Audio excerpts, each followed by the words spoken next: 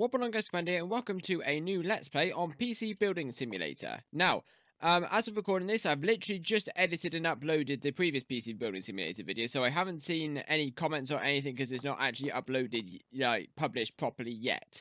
But as stated in the last episode that hopefully you have watched beforehand, if not, the link will be in the description down below. What we're doing today is we're going to be testing out to see if AMD CPUs will work with NVIDIA graphics cards and vice versa with Intel and Radeon, and how well they benchmark up against each other. Now, while scouring the internet just for like research sources for the last episode, because I was talking about this last episode, and I just decided to record a bit of like video part of me just scrolling through Curry's PC World at different laptops and PCs they got on offer. Now, 90% of what they've got, it is relatively AMD and Intel. No, AMD and Radeon and Intel and NVIDIA. But if you saw, there was a couple of them which did have a GeForce graphics cards in them with AMD Ryzen CPUs, but nowhere did I see while scrolling through an Intel CPU with a Radeon graphics card. So that'll be the most interesting. So I know that they will work. I know that it'll work having Intel with Radeon and AMD with NVIDIA. I know it will work, but I'm interested to see how well it benchmarks. Because the 2080 Ti, no, the two 2080 Ti's I've got in this system, is they are the powerhouses of this PC. The only downside to it is I've only got a Ryzen 7 in it, and as we stated last episode, the Ryzen 7 doesn't benchmark very high as far as actual computers are concerned. Now, what we've got here, but it makes up for it, should I say, by the two 2080 Ti's having 11 gigs of video RAM each. Now, this one, on the other hand, has a i9-7980XE, which is the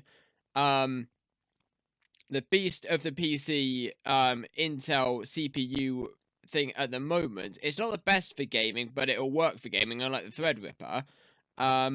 But the Radeon RX graphics cards have only got 8 gigs of VRAM in them, so they may benchmark slightly lower. So I'm interested to see how these two benchmark. So what I'm going to do is I'm going to set this one go for me. But what I want to actually know, I want to set set that on. Oh, that's me.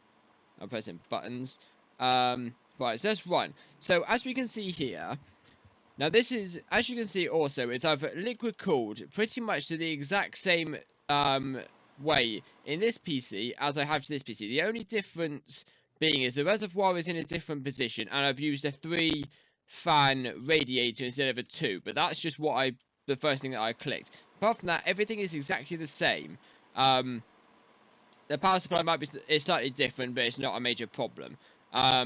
This one has also got slightly more RAM in it, but I don't think that'll affect the benchmarking too much. If I notice that it is a massive difference, I will take 4 sticks of the RAM out and benchmark it again and see what the difference actually is. But as we can see here, the temperatures are relatively, of all the cores, the temperatures are relatively staying around 60 degrees, which isn't too bad considering it's liquid cooled. The power consumption 645 watts. We've got like a 1000 watt power supply in there or something.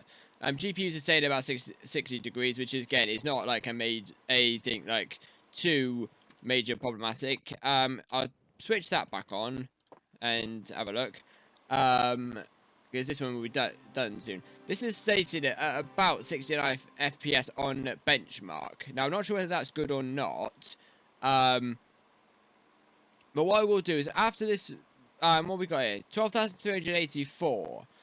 Now, the graphics card and the CPU are relatively benchmarking. It's only less than 2,000 score. There's less than 2,000 score between the two between the graphics card and the CPU, which is actually pretty good. So these two actually equal out quite well. But what I want to do with this one, if I just install system info a minute, what I want to do is I want to see how well the Ryzen 7 benchmarks up against the RTX 2080 Ti, and see if like it makes too much of a difference. Because like that, what I'll do is I'll stick this just on screen. I'll have this, and what I'll do is I'll stick the other Intel build. Actually, no. What I will do while this is benchmarking. Right, I let that benchmark. Where's that other? I'm after. No, it's I haven't got another one put together. What I'll do is I'll leave this up on screen here. I'll put this here over here, and what I'll do is I'll put on the other side of the screen what the other benchmark was, and just to see how the score differs. Now it's definitely lower. Now for this one, I think it was like 17,000. I think is it still actually on here? No, that's a current one. So it was about 17,000. So the RX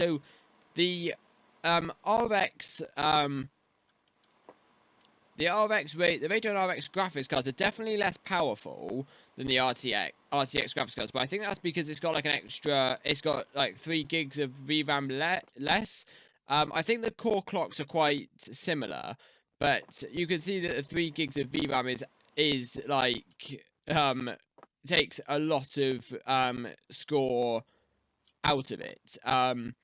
What FPS are we running at here? We're on 110 here. What was the previous? So that was 100. That was 11,000 score on the previous with the Radeons in this PC with the Ryzen 7. So let's see the difference. 15,940. So the RTX 2080 Ti's boost that score up quite significantly. So as far as performance goes, you can switch them about. But having them in between each other. So having an AMD with an Intel with a GeForce RTX in this particular instance doesn't actually make the performance any less. It just makes the performance more, so it equals it out depending on which is stronger. So it is possible. I always sort of knew that they were going to be compatible with each other. I knew they were compatible with each other, but I always thought that the benchmarking would be different. So it might like benchmark less because you're mixing NVIDIA with AMD. No, Intel with AMD Radeon and Intel and AMD with NVIDIA. But it turns out it's not actually like it's not majorly like different or majorly problematic. Which I think is I find that quite interesting, actually. So what we've got here, let's stick that down there, and on the other side we'll have the other benchmark somewhere on the side of the screen here. So that's actually I'm quite like intrigued on that, and how well that actually do for gaming, and how, because if it was my choice, I would use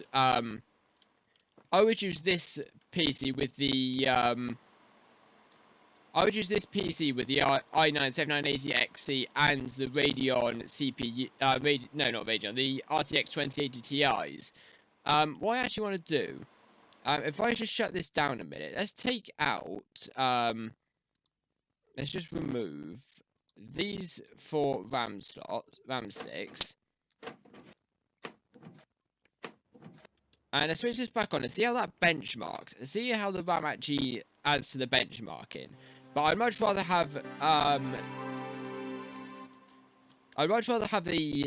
Intel i9 plus the 2 RTX because it benchmarks higher, obviously.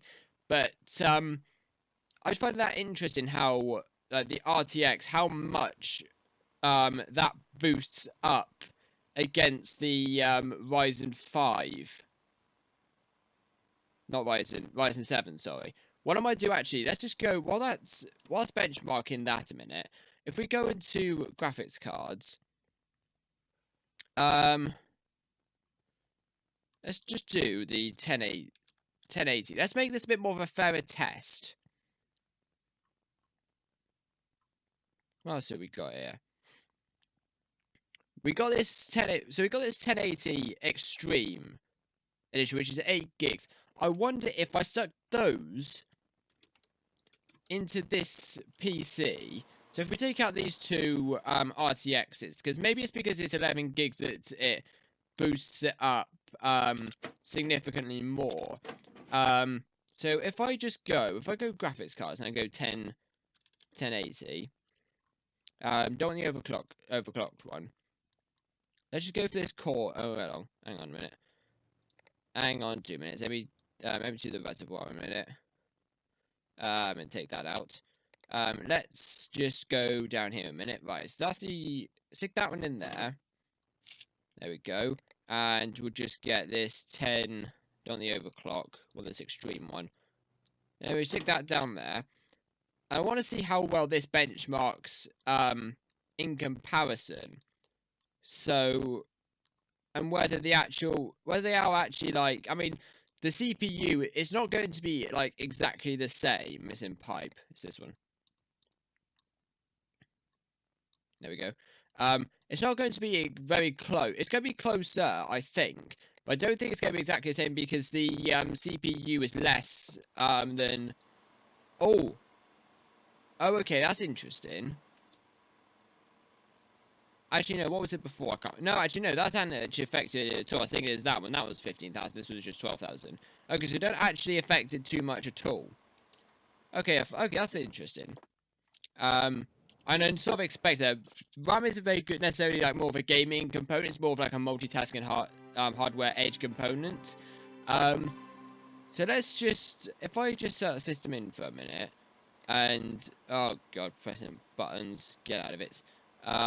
Let's click run.